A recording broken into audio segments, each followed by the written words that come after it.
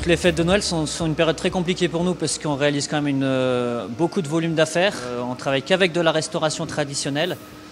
Et c'est vrai que c'est des clients qui sont exigeants et qui ne veulent pas rater des fêtes aussi importantes que les fêtes de Noël ou les fêtes du 31. Donc non, nous on travaille que sur du poisson frais, que du produit frais, coquillages frais, etc. Donc c'est vrai que les restaurateurs sont tout à fait conscients qu'il peut y avoir des ruptures. On en a parlé déjà depuis un bon moment avec eux, on en parle depuis le 10 ou 15 novembre avec eux.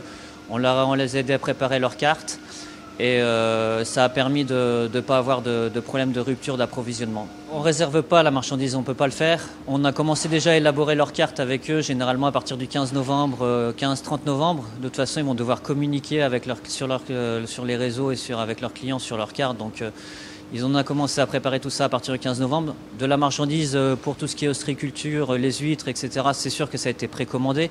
Des volumes ont été bloqués. Mais tout se fait au dernier moment pour essayer d'avoir les produits les plus frais possibles et sortis de l'eau au dernier moment, autant que faire se peut. On a traversé un été très compliqué parce que le réchauffement climatique a fait que les océans sont fortement réchauffés, ont pris quelques degrés. Et il y a eu quand même beaucoup de produits qui ont disparu en volume. On a trouvé beaucoup moins de poissons.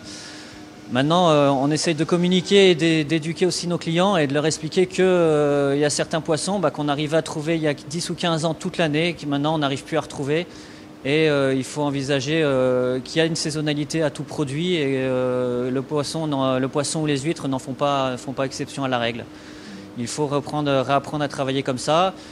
On travaille beaucoup en local aussi, avec des piscicultures dans le secteur. Donc beaucoup de restaurants aussi sont passés sur des réseaux plus courts, ce qui fait que ça crée moins de tensions et moins de problèmes à ce niveau-là. Bon, de toute façon, on restera sur des classiques avec le saumon fumé, les huîtres, et puis des poissons un peu plus nobles comme le homard ou le bar et d'autres produits de ce style-là. Mais ça reste, les fêtes de Noël sont des fêtes très traditionnelles et les gens sont restés encore très très traditionnels. On fera pour la Saint-Valentin des choses un peu moins classiques.